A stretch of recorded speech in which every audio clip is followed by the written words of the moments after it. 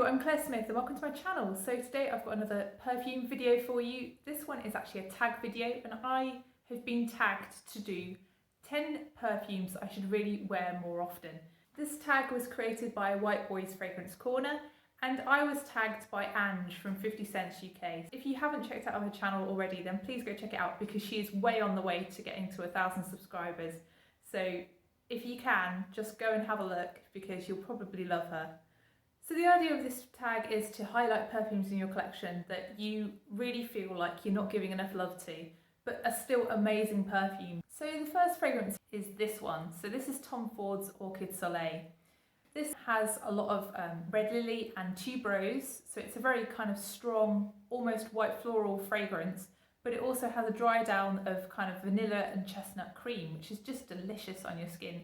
But the problem with this one is, and the reason why I don't wear it that often, is because the fragrance itself is pink coloured. It will stain your clothes, it is bright pink, it does stain my skin. So I think that's why I haven't been using it. But yeah, I mean, this is just such a lovely fragrance. And okay, the beginning with the red lily and the tuberose is a bit of a shock, but that dry down is to die for. So I really want to use this one more for sure. So that's Tom Ford's Orchid Soleil. So the second fragrance that I really want to get more wear out of, and it's one that I truly love, but I just haven't been reaching for recently, and I think that's because of the change in season. I think this fragrance really is more of an autumn fragrance for me, and that is Zadig and Voltaire's This Is Her. So a bit like Orchid Soleil, it does have that kind of chestnutty, creamy kind of dry down. But this one really has sandalwood and then also a musky dry down. And this one is just really a comforting, really lovely scent to wear when you just want to relax. And I really do think that I'm not reaching for this because it's just got a bit warmer and I don't feel like the need to snuggle on a sofa, which is what I would wear this fragrance to do. Also, it's just got overshadowed by other ones I've bought, but this one is still a love, so I'm going to wear this one more for sure. That's Sadiq and Voltaire, This Is Her. So the third fragrance is actually a celebrity fragrance and also a unisex fragrance. So you can forget your floral fruities here because this ain't it. This is Sarah Jessica Parker's Stash. So this is just a really standout fragrance. It's really different to every other celebrity fragrance. It's woody, sagey. Sage really is the note that sings to me in this fragrance, but yeah, I also get a lot of wood. So the thing is Masoya wood and there's also cedar, and cedar is really the main wood in this to me, but also that really creamy Masoya wood really comes through. And this also has grapefruit and also ginger lily. So it's kind of like a very lightly spicy kind of woody scent.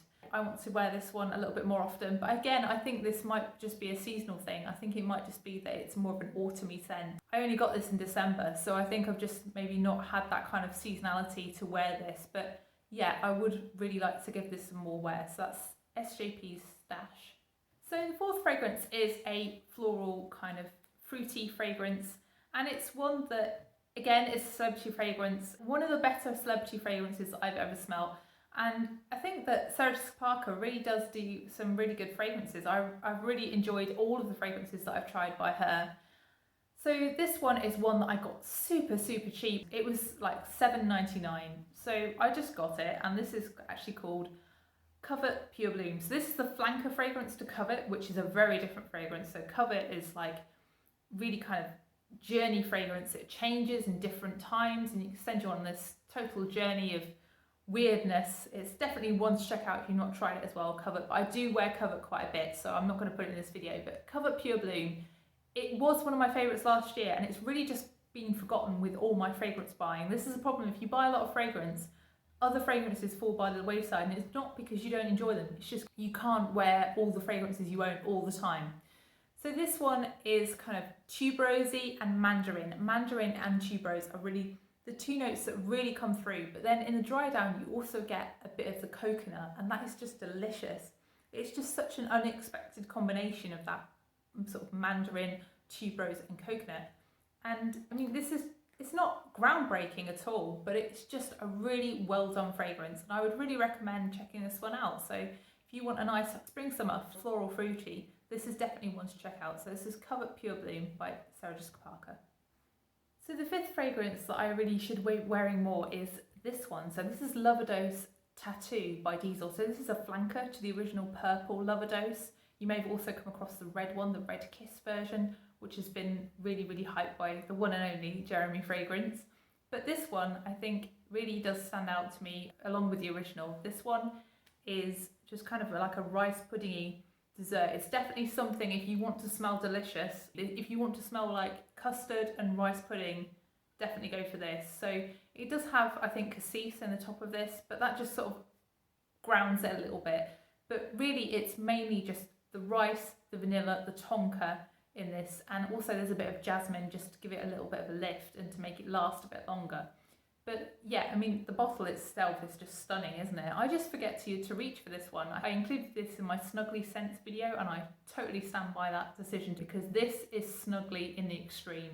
So yeah, if you love kind of ricey, kind of vanilla-y, warm scents, this one is definitely one to check out and is just kind of not really talked about that much. So you will smell a little bit different to everybody else wearing this. So that's Loverdose Tattoo by Diesel. So the next fragrance is actually one by Moogler, and Moogler are absolutely stunning fragrances. I love pretty much all of them. I don't think I've come across any of the Moogler line that I really couldn't stand yet, but you know, there's always a first time. But this one, I think, really was my first love in the world of Moogler, and I think that's probably because it's a little bit more toned down compared with his usual offerings. And if you want an inlet into the Moogler world, this one might be the one to try. And there have been numerous discontinuation rumours, but I really don't think this is discontinued. It's just hard to buy. I love it, and I think a lot of other people love it. I know the Fragrotician loves this, and I know that Val's Views loves this. And this is Womanity by Mugler. So I just have this tiny 30ml bottle, and mine has discoloured. But this whole bottle, the whole aesthetic of this just makes me think like, you know, S&M kind of thing. It's just a really nice summery fragrance. It's not scary in the slightest. You know, people talk about this smelling of, you know, women's bits and such like. It's ridiculous. Don't listen to them. Just go try this. It's amazing. So this is fig, and I love fig. I mean, fig can be like coconutty, but on this, it's really like properly fig. And it also has caviar. So that kind of like fantasy note of the caviar kind of just lends a bit of saltiness. It's not like fish at all. People who say this smells of fish must have a very different kind of scent makeup to me. I've done a video on that. If you want to know why different people smell things differently, then, you know, check out that video. I'll link it above. It's like you've been on a beach and you've just spent the day near the sea, and you've kind of got that sort of suntanny kind of sweet skin smell, but also the salt of the beach. That's how it smells to me anyway. I imagine myself on holiday wearing this fragrance, and you know, at the moment that sounds good to me. So I'm going to be wearing this one in the summer for sure. So that's Womanity by Mugler. So another fragrance that I really need to give some more love to is actually a fragrance by Marc Jacobs. I really love Decadence, and it really stands out as completely different to all his other offerings. So apart from being in a completely gaudy bottle that I kind of love to hate, this one is just really rich, really plummy, and really kind of strong with that vetiver and the saffron, and it just smells kind of very unisex to me, this one. And also, you know, it just smells like what it's described as. It smells decadent, and I think I've not been wearing this because I've not been able to go out. I think this is very much an evening fragrance. This is something that I would wear with a dress and some high heel shoes. It's not something that I sit at home and wear. I did wear this to work maybe about a month ago, and I did really enjoy wearing it, and I thought, why aren't I wearing this more? But then it just kind of got pushed to the back of my collection again, and I haven't been wearing it. But yeah, I want to definitely check this one out more often. And yeah, it's just a really beautiful kind of warm, ambery dry down as well. Beautiful. I am definitely going to put this on my to wear list. So that's Marc Jacobs Decadence, when we can all go out again and I can enjoy myself. So another fragrance that I really don't think I've been wearing much because I've not been going out, but I tried the other weekend and I loved wearing, and I really just thought I really need to wear this a lot more than I am doing, and that is Scandal by Night. So I love the Scandal range because of that honey note, but Scandal itself is off-putting to me because of that kind of beeswax kind of smell in it. So it's a little bit bitter. This one is bitter, but it's in a different way. So this one has nard, but really that's kind of overshadowed totally by the really super sweet cherry in this. It's really like cherry sweets. And there's also tuberose, and I love tuberose. So this fragrance is definitely the one for me from the Scandal line. This fragrance is really super sticky and really sexy, and I just really want to wear it on a night out. And actually, when I wore it the other weekend, I just kept catching wafts of this fragrance. It's really long lasting and really projects, and you just smell delicious. You just smell like a dessert wearing this. So yeah, Scandal by Night is definitely on my list to wear more. So another fragrance that I really want to get some more wear out of, and I'm really not sure why I've not been wearing it, is Versace Crystal Noir. So this one, I have the EDT version. There's actually two versions of this fragrance. There's an EDP and an EDT. And the notes on Fragrantica are for the old EDP. If you look on the Versace website, the EDP is no longer available, but it is sold by some retailers still. But the new EDT has completely different notes. So just be aware of that when you're making your choice between which one you want to buy.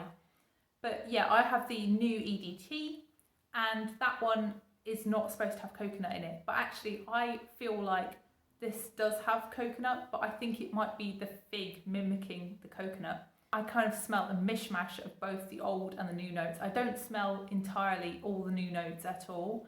I really don't think that the notes reflect what's in this fragrance, really. I think that I definitely smell like a bit of a very mild blackcurrant, but then there's also that kind of coconutty fig. And then there's also just like a really creamy, woody dry down, which, you know, could be a mixture of things. I really can't pinpoint exactly what it is.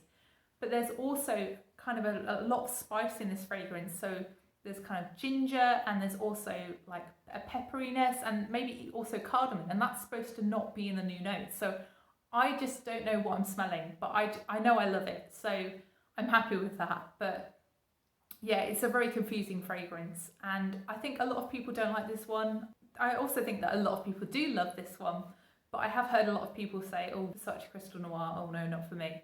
And I kind of get that, because it does stand out. It is very different to everything else in my collection. But I think it's a really versatile fragrance. It doesn't really have any particular one vibe to me. It's kind of seasonless as well, because it's kind of got that coconutty fig smell, but then it's also got those kind of spicy kind of winter notes in it. So I think that's maybe why, because it doesn't have that one occasion where I think, yes, that's the time to be wearing this fragrance. But yeah, I'm definitely going to get some more wear out of this in the summer. I really like this one, and I'd kind of forgotten about it. So that's Versace Crystal Noir. So the final fragrance that I really want to give some more love to is this one. So this is Jimmy Choo, the original. So I bought this because I used up entirely a bottle of Jimmy Choo Stars. So Jimmy Choo Stars is kind of candied orange, kind of toffee scent that's very, very Christmassy. Whereas Jimmy Choo, the original, is more sort of pear and toffee. So they are very similar, and they definitely overlap. But I did ultimately prefer Jimmy Choo Stars. But this one is really, you know, filling that gap of a discontinued fragrance. So this one is just like a really, really clean patchouli fragrance, but it's also super sweet with all that toffee and the pear. And the pear note kind of gives it a bit of like a pear drops kind of fragrance. And I work in a lab, so to me, pear drops is something that's really addictive, because it's one of those chemicals that you just smell all the time in labs. It's one of those kind of solventy chemicals that I just can't get enough of. I know that sounds weird that I like smelling lab chemicals, but this fragrance is like the closest I can get. I think it's just because, again, it's kind of quite a celebratory fragrance. It feels like something you'd wear when you're going out, and popping this on in the morning to go to work just feels a bit inappropriate. But you know, maybe I should do that. Maybe when I've got a meeting or something, maybe I should be wearing Jimmy Choo. Jimmy Choo, the original, is my last choice for fragrances that I need to wear more.